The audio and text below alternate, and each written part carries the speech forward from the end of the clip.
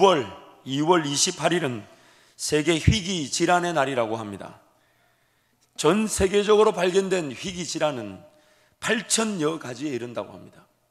희귀 질환으로 분류되는 이유는 치료는 고사하고 병명조차 아는 것이 쉽지 않기 때문에 희귀 질환이라고 하는데, 안타깝게도 그 희귀 질환이 8,000가지가 넘는다는 거예요. 80%가 유전적인 경우지만 딱히 가족력이 없어도 돌연변이에 의해서 조상 대대로 없던 그 병이 나에게 생길 수가 있다는 겁니다. 우리나라에 등록된 희귀 난치성 질환은 등록 환자를 2016년 기준으로 보면 100만 명이라고 합니다.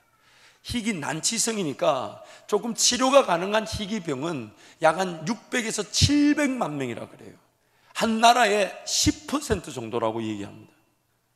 안타까운 것은 희귀 질환 중에 치료제가 개발된 것은 10% 수준이지만 그 중에서도 확실한 치료법이 개발된 치료제는 8,000개의 희귀 질환 중에서 20가지밖에 안 된다는 거예요. 우리 주변에 희귀 질환을 앓고 있는 성도들이나 주민들을 위해 우리가 잘 기도하고 섬겨야 될 것입니다. 근데 제가 오늘 희귀 질환을 설명하는 이유가 무엇인가 하면, 우리라는 존재는 언제 어떻게 무슨 병이나 일을 만날지 모른다는 겁니다. 모른다는 거예요. 예측이 안 된다는 거예요. 너무너무 안타까운 것은 좀 아프다, 좀 인지할 만해서 병원 가면 이미 늦었다라고 말할 때도 있더라는 거예요. 아니, 그렇게 많이 안 아팠다고요. 그렇게 심각하게 내 삶을 저해하지 않았어요. 그런데 병원 가보니까, 조금 아파서 가보니까 왜 이렇게 늦게 왔냐면서 이미 늦었다라는 얘기를 들을 때도 있더라는 겁니다. 육체적 뿐만 아닙니다. 비단 정서적인 거, 감정적인 거, 언제 어떻게 상처를 받았는지 모르지만 안타까운 거는 상처받은 건 모를 수 있어도 받은 상처가 나에게 아픔이 되고 또 누군가에게 상처를 줄 수가 있더라는 거예요. 그래서 부부관계가 어긋나고, 또한 부모로부터 받는 상처가 또 다른 자녀에게 또 상처로 대물림되는 경우가 있다는 겁니다. 상처를 받은 기억은 없는데 상처를 받아가지고 그 상처가 또 다른 상처를 또 낳아버리더라는 거예요.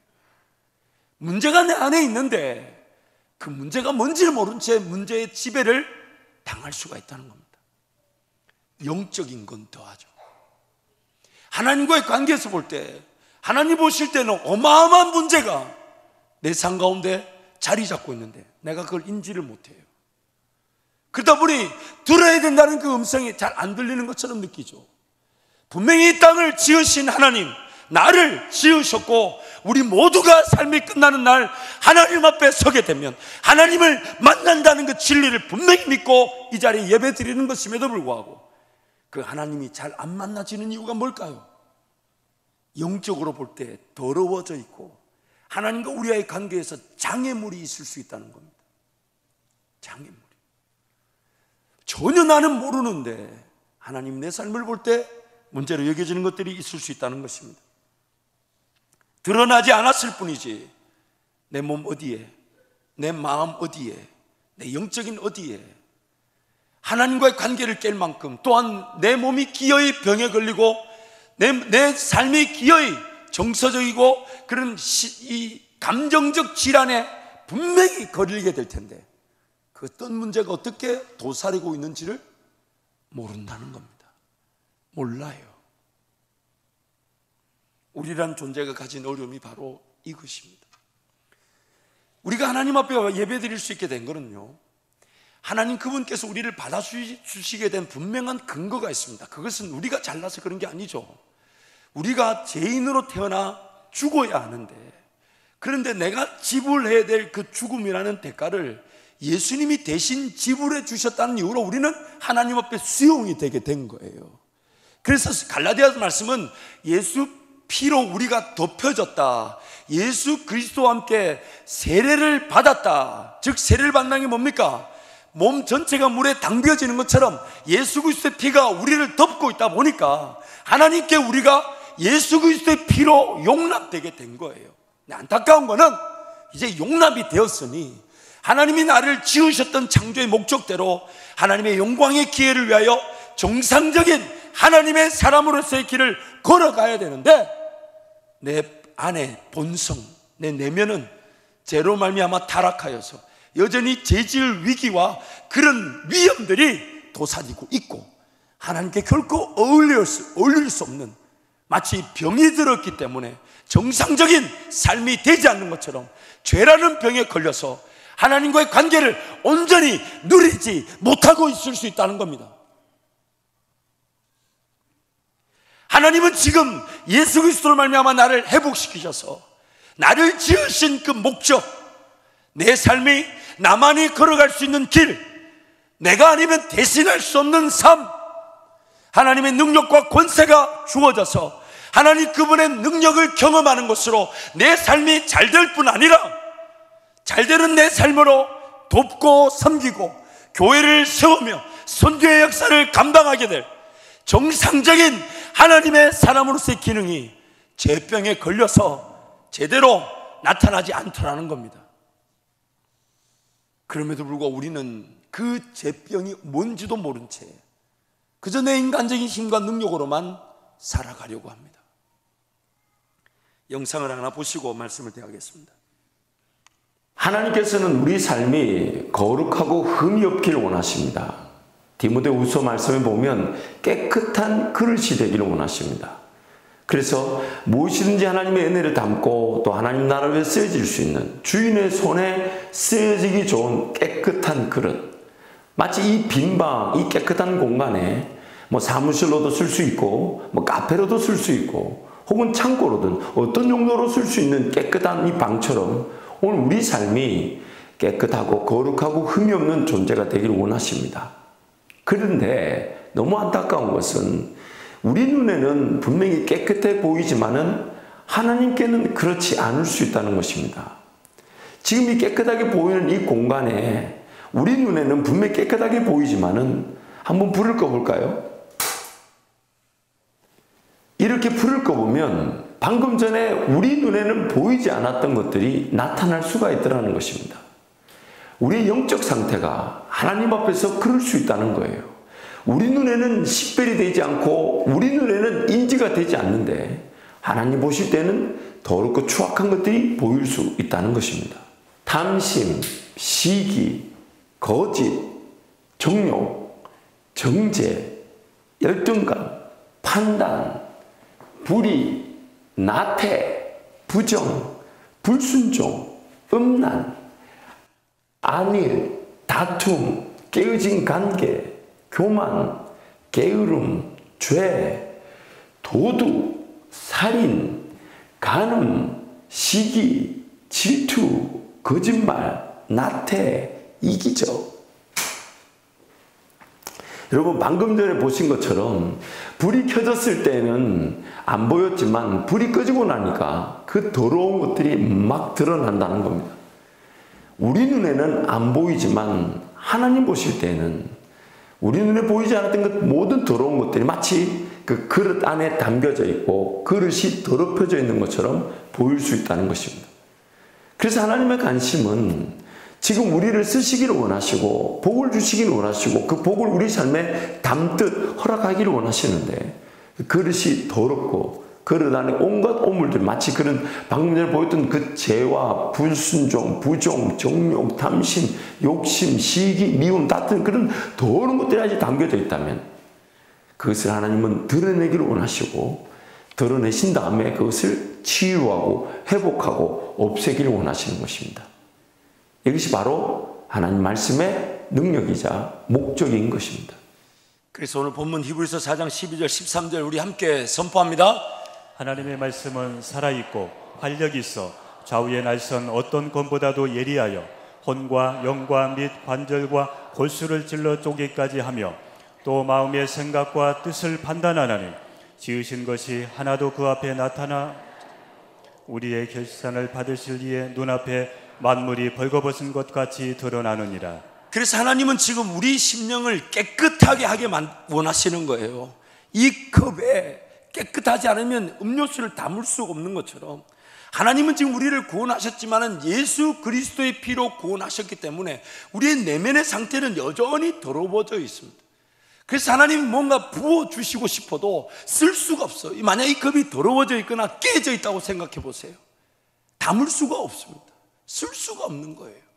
그래서 하나님은 하나님의 말씀이라는 걸, 이 기록된 말씀을 주셔가지고 이 말씀을 통해 우리의 심령이 치부가, 폐부가, 병이, 아픔이, 상처가 드러나길 원하시는 겁니다.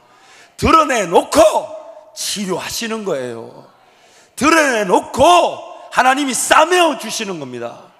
그래서 하나님 말씀을 대하면서 하나님과 함께 동행하는 사람은 점점 거룩해지고 흠이 없어지고 깨끗하여지는 이유가 뭐냐? 이 하나님 말씀을 통해 하나님의 본래 창조된 그 사람의 형상, 하나님의 형상을 닮아 하나님께 영광을 올려드릴 그 깨끗한 본래의 형상의 자리로 돌아가게 되는 것입니다. 그 돌아가지게 되면 하나님이 마음껏 소통하시고 베푸시고 잔이 넘치도록 부어주시는데, 우리는 그 정결함, 거룩, 흠이 없는 그 삶, 결국에는 내가 살아있으면 살아있는 만큼 그리스도의 향기가 되는 제물과 제사처럼, 산 제사처럼 살아가게 될 것인데, 우리는 그 하나님 말씀을 대하지 않는다는 거예요. 이 말씀을 대하지 않는다는 거예요. 하나님을 알고자 하지 않고 나란 존재의 연약함, 부족함, 마치 이 말씀을 통해 나의 부족함, 내가 어디에 병들어 있으며 어디에 문제가 있는지, 그래서 하나님이 지금 복을 베푸실 수가 없는 건데, 능력을 주실 수가 없는 건데, 그것도 모른 채 그저 내 능력, 내 힘 다해 어디에 병 걸려 있는지 모른 채 살아가는 겁니다. 그래서 호세아서 6장 1절 3절 말씀 우리 함께 선포합니다. 오라, 우리가 여호와께로 돌아가자. 여호와께서 우리를 찢으셨으나 도로 낫게 하실 것이요, 우리를 치셨으나 싸매어 주실 것입니다. 여호와께서 이틀 후에 우리를 살리시며 셋째 날에 우리를 일으키시리니 우리가 그의 앞에서 살리라. 그러므로 우리가 여호와를 알자. 힘써 여호와를 알자. 그의 나타나심은 새벽빛같이 어김없나니 비와 같이 땅을 적시는 늦은 비와 같이 우리에게 임하시리라 하니라. 따라합시다. 여호와를 힘차게 따라합시다. 여호와를 알자. 힘써 여호와를 알자. 그 하나님이 알아가면 알아갈수록 우리를 찢어주시는 거예요. 이미 병에 걸려 있잖아요. 죄라는 병에 걸려 있어서 하나님과의 그 정상적인 기능, 관계가 세워지지 않으니 하나님이 찢어주시는 겁니다. 파헤쳐 주시는 겁니다. 낱낱이 하나님 앞에 다 드러나게 만드시는 거예요. 마음의 생각이든 뜻이든 판단이든 영이든 혼이든 골수든 관절이든 완전히 찢으셔서 지으신 것이 만물이 하나님 앞에 드러나는 것처럼 다 드러나게 하시는 것입니다. 피가 혈이 낭자하게 느껴질 만큼 그 찢어진 마음을 가지고 하나님, 제 안에 이 더러운 것이 있었고 제 안에 이 더러운 이 육신의 생각들, 죽지 않은 이 정욕과 탐심들, 하나님 나를 불쌍히 여겨 주옵소서. 긍휼을 베풀어 주옵소서. 은혜를 베풀어 주옵소서. 말씀의 역사가 결국 하나님 앞에 엎드리게 만들며 하나님의 은혜를 구하게 되는 것으로, 그리고 그렇게 달려오는 성도들을 하나님이 찢어졌으니 싸매어 주시고 고쳐주시고 회복시키시고 일어나게 하여 주셔서 하나님과 함께 동행하며 걸어가게 하시는 것입니다. 그래서 우리 예수 그리스도가 3일 만에 부활하신 것이죠. 3일 만에 일으켜 주신 것입니다.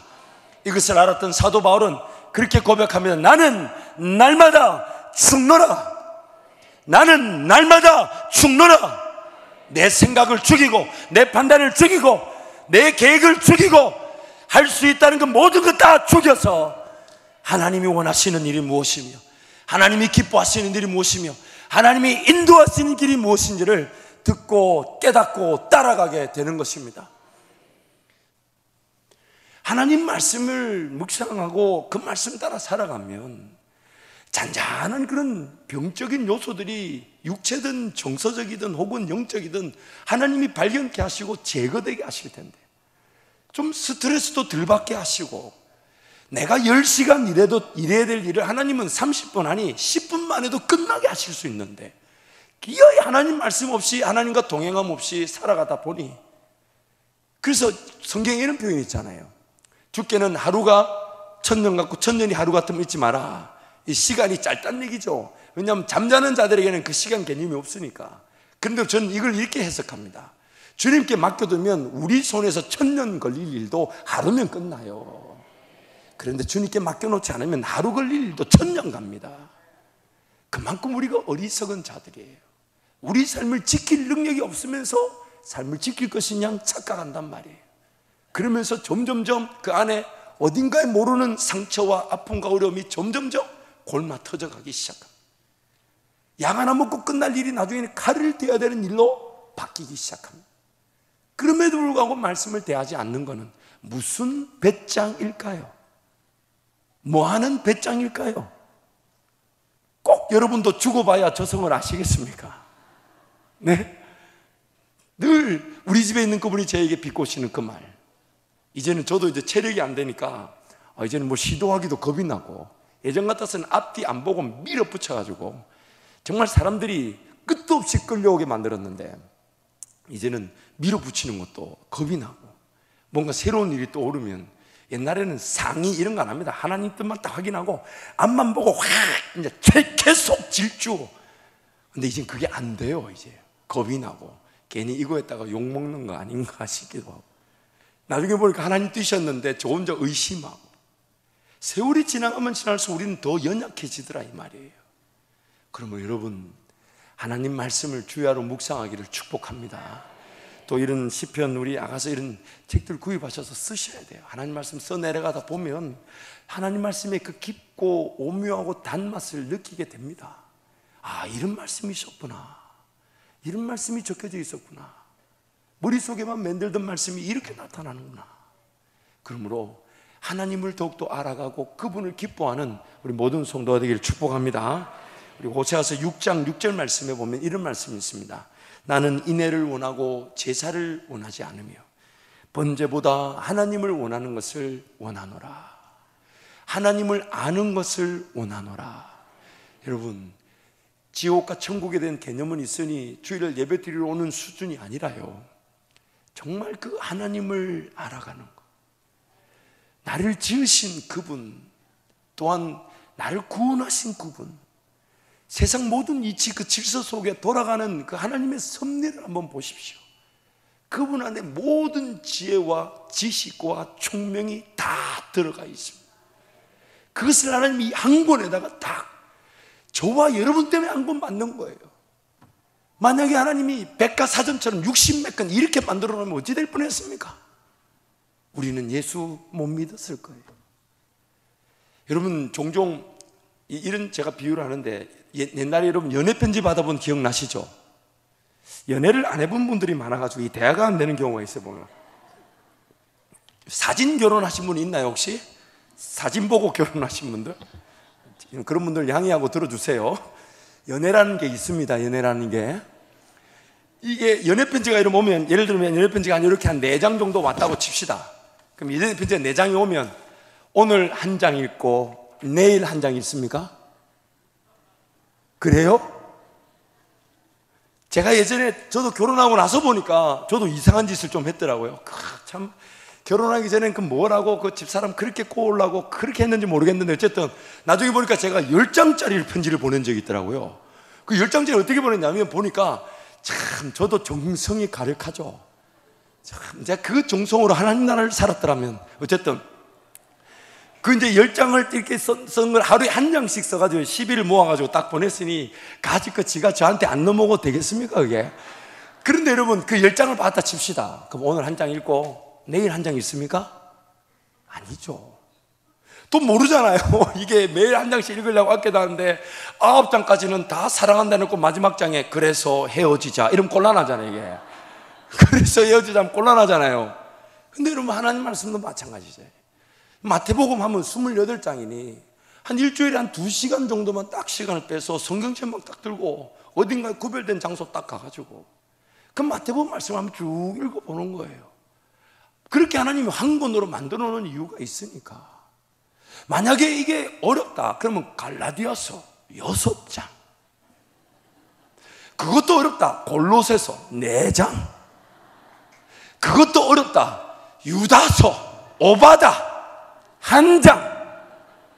참 우리 하나님 너무너무 세심하시죠.